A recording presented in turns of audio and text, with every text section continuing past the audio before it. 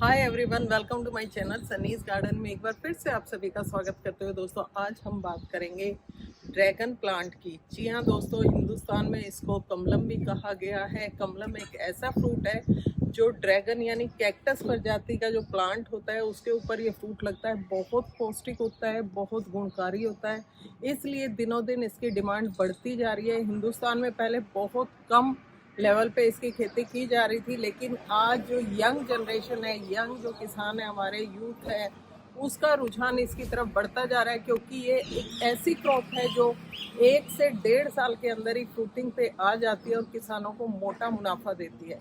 तो स्पेशली इसको हम अपने घर में गमले के अंदर, क्यारी के अंदर, पॉट में बहुत आसानी से ग्रो कर सकते हैं। दोस्तों, ड्रैगन प्लांट के पास जाने से पहले, जैसा कि मैंने आपको बताया, कैक्टस प्रजाति का पौधा है और कैक्टस यानी कांटे, ढेर सारे कांटे इसकी भी लीव्स के अंदर होते हैं। और इसके आसपास जाने से पहले हमें थोड़ी सावधानी बरतनी होगी। या तो आपके पास ग्लव्स है तो ग्लव्स वेयर कीजिए, अगर नहीं है तो कोई पुराना सूती कपड़ा हाथ के ऊपर लपेट लीजिए, ताकि कांटे डायरेक्ट आपके फिंगर से यानी आपकी स्किन से दूर रहें और आपको हार्म ना करें। तो देखिए, मैंने ग्लव्स पहन लिया और इसके बाद यहाँ मैं दिखा रही हूँ आपको, मेरा ये लगभग 1 साल पुराना प्लांट है।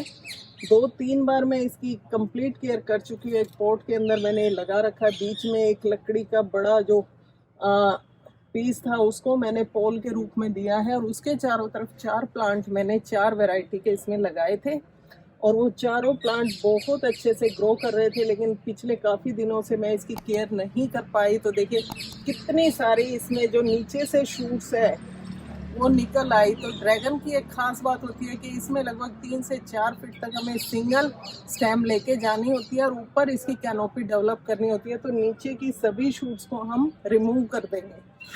तो दोस्तों, यहाँ आप देख सकते हो, इसको हमें कट करना है। ये इसकी जितने भी नीचे से सकर्स निकल रही थी यानी कि साइड शूट्स निकल रही थी, इनको हमें कट कर देना है। और कट करते समय बस इस चीज़ का ध्यान रखना है कि इसको बिल्कुल इसके नोड एरिया से यानी कि बिल्कुल पास से हमें काटना है, ताकि यहाँ से दोबारा स्प्राउटिंग ना हो सके। क्योंकि फिर से अगर स्प्राउट हुआ तो फिर नई नई ब्रांच निकलेगी और प्लांट की जो एनर्जी है वो सारी यहीं पे वेस्ट हो जाएगी, एनर्जी ऊपर तक नहीं पहुंच पाएगी। और जैसा कि आप जानते हैं कि प्लांट के अंदर जो फ्रूटिंग और फ्लावरिंग होती है वो ऊपर जाकर होती है, ऊपर की कैनोपी में होती है। तो इस चीज़ का हमें खास ध्यान रखना है कि इस तरीके से हमें नीचे की सभी शकर्स या साइड शूट्स को कट कर देना, रिमूव कर देना। उसके बाद बारी आती है दोस्तों कटिंग का। क्या करें? कटिंग को फेंकना नहीं है। कटिंग का देखिए, नीचे से इस तरीके से इसको क्लियर कीजिए। बस ब्रांच थोड़ी सी मैच्योर होनी चाहिए। जो भी लीफ आपने कट की है वो अगर थोड़ी सी मैच्योर है तो उसको नीचे से यानी कि उसका नीचे का फ्लश हटा दीजिए, उसकी ये हड्डी नुमा इस तरीके से इसको निकाल लीजिए और इसको डायरेक्ट आप मिट्टी के अंदर ऐसे लगा दीजिए, सिर्फ 1 से 2 इंच मिट्टी के अंदर। और आप देखेंगे लगभग महीने के अंदर ही आपका नया प्लांट रेडी हो जाएगा। ये देखिए, एक ब्रांच मैंने कट की थी, एक लीफ कट की थी और इस तरीके से उल्टी गिरी हुई थी, पोट के अंदर ही गिरी हुई थी। देखिए, यहाँ से मैंने इसको कट किया था, लेकिन आप देख सकते हो कि ऐसे मिट्टी के अंदर गिरी हुई थी, तो यहाँ से इसके अंदर रूटिंग स्टार्ट हो गई। ये कैक्टस वाला प्लांट होता है और इसके अंदर सबसे बड़ी बात है कि कहीं से भी, जितने इसके ये कांटे वाले जो पॉन्ड्स है, इनके यहाँ से कहीं से भी रूट इसमें संभव है, यानी कि रूट निकल आती है। अगर प्लांट को ऐसे डालोगे तो भी रूटिंग हो जाएगी, सीधा लगाओगे तो भी रूटिंग हो जाएगी, तिरछा लगाओगे तो भी रूटिंग हो जाएगी। अब बात करते हैं दोस्तों एक कटिंग्स जो मैंने निकाली है इसकी साइड शूट्स, इनका क्या करें। तो इनमें जैसा कि मैंने बताया कि जो मैच्योर शूट्स है उसको निकालिए, उसका नीचे का फ्लश हटाइए और इस तरीके से हड्डी जो है उसकी निकाल कर उसको लगभग 2 इंची सिंपल सॉइल के अंदर दबाकर भूल जाइए। जी हाँ, भूलने को इसलिए कह रही हूँ कि इसको पानी बहुत ज़्यादा नहीं चाहिए होता है, हल्का सा मॉइस्चर बस इसको मिलता रहे। हफ्ते 10 दिन के अंदर उसी से प्लांट ग्रोथ कर जाता है और जब आप देखेंगे कि ऊपर से उसमें नई शूट्स, नई ग्रोथ स्टार्ट हो चुकी है, इट मीन्स आपका प्लांट रूटिंग कर रहा है। यहाँ आप देख सकते हैं पहले जो मैंने कटिंग लगाई थी यानी कि मार्च मंथ में, देखिए कितने अच्छे से इनके अंदर ग्रोथ स्टार्ट हो गई है। ऐसे ही एक पोट के अंदर मिट्टी भरी हुई थी, इसके अंदर मैंने इनको लगा दिया था और कितने शानदार तरीके से सारी की सारी कटिंग मेरी आगे बढ़ रही है, ग्रोथ कर रही है। बहुत अमेजिंग रिजल्ट होता है दोस्तों। इसलिए कहा जाता है ड्रैगन की खेती जो है मुनाफे का सौदा है। ये आप देखिए, ये ब्रांच इसकी नीचे गिर गई और नीचे जमीन में पड़े पड़े इसके अंदर रूटिंग स्टार्ट हो गई है। यहाँ देख सकते हो आप, ये चारों जो मिक्स वैरायटी के 4 टाइप्स के मैंने यहाँ प्लांट लगाए थे, चारों की कटिंग है। मुझे नहीं पता कौन सी कटिंग किस वैरायटी की है, बट सभी मिक्स होके मेरे पास सैकड़ों प्लांट यहाँ पे रेडी हो गए हैं। ये देखिए, जो मेन इसकी ब्रांच थी उसके अंदर फंगस का इन्फेक्शन हुआ था, और देखिए उसके बावजूद भी इसके अंदर से साइड से शूट्स निकली और बहुत ही शानदार तरीके से ये ब्रांच इसमें बढ़ रही है।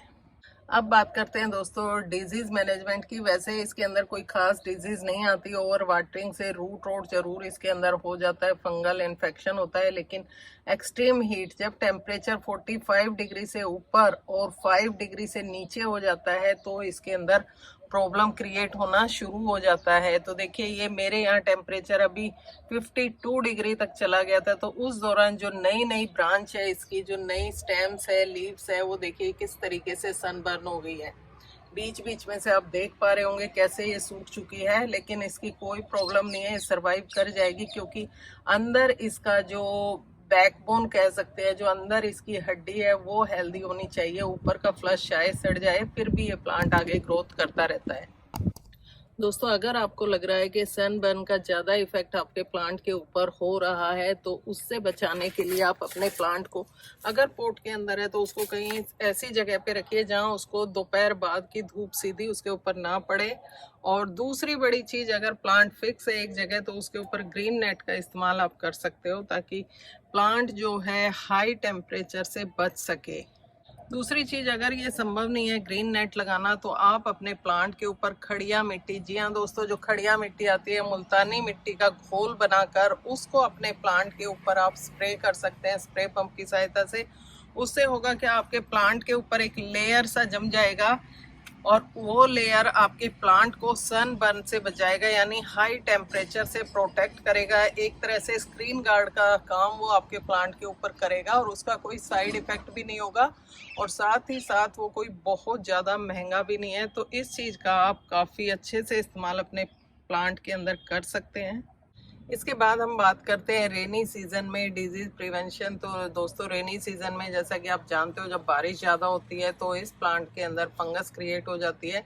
तो अपने प्लांट को, या ज़मीन में लगा है या पोट में, उसको जो मिट्टी का लेवल है, अगर ज़मीन में है तो उसके चारों तरफ एक माउंट बना दीजिए, एक टीला नुमा बना दीजिए, ताकि जो ओवर वाटरिंग के कारण प्लांट की रूट बची रहे, उसके आसपास ज़्यादा पानी इकट्ठा ना हो। और पोट के अंदर अगर प्लांट है तो पोट को आप मिट्टी से भर दीजिए, यानी कि ऊपर तक भर दीजिए, लगभग सिर्फ आधा इंच उसके अंदर जगह छोड़िए वाटरिंग के लिए, बाकी ऊपर फुल कर दीजिए, ताकि ज़्यादा पानी उसके अंदर रुके ही ना और ओवरफ्लो होके बाहर निकल जाए। तीसरी चीज़, नीचे से अपने ड्रेनेज होल को ज़रूर चेक कर लें, ताकि प्लांट में किसी भी तरह की ब्लॉकेज ना हो। नीचे से जो एग्जिट होता है ओवर वाटरिंग का, वो क्लियर रहे, ताकि जितना भी बारिश हो प्लांट के अंदर कोई दिक्कत ना आने पाए।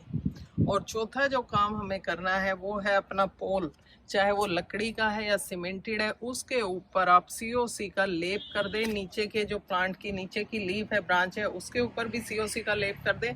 अगर COC नहीं है तो आप मार्केट से नीला थोथा और चूना, बुझा हुआ चूना लेकर उसका घोल बनाकर सिंपल ब्रश की सहायता से आप घर पर भी इस काम को आसानी से कर सकते हैं। और ये जो फॉर्मूला, ये ना केवल ड्रैगन प्लांट के लिए, बल्कि आपके किसी भी टाइप के फ्रूट प्लांट के नीचे ट्रंक में लगभग 2 से 3 फीट तक आप इसका उपयोग कर सकते हो। सबसे बड़ा फ़ायदा ये है कि बारिश के दौरान जो इंसेक्ट्स होते हैं, कीड़े मकोड़े होते हैं, वो प्लांट के जो ऊपर चढ़ने की कोशिश करते हैं, तो इस पेस्ट से, नीले थोथे और चूने के घोल की वजह से वो ऊपर नहीं चढ़ पाएंगे, और प्लांट के ऊपर हमारी फ्लावरिंग, फ्रूटिंग और न्यू कोपले, न्यू ब्रांचेस है, वो सेफ रहेंगी।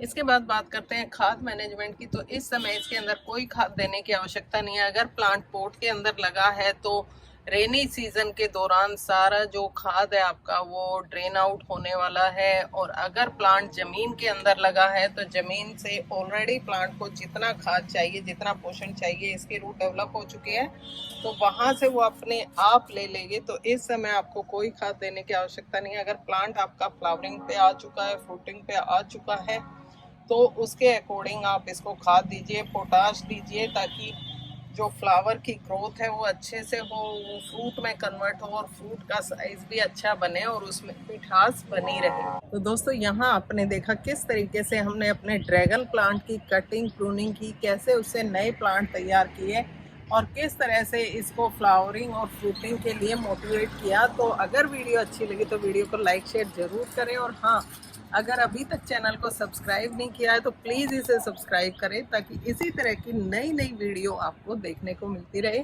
Thank you.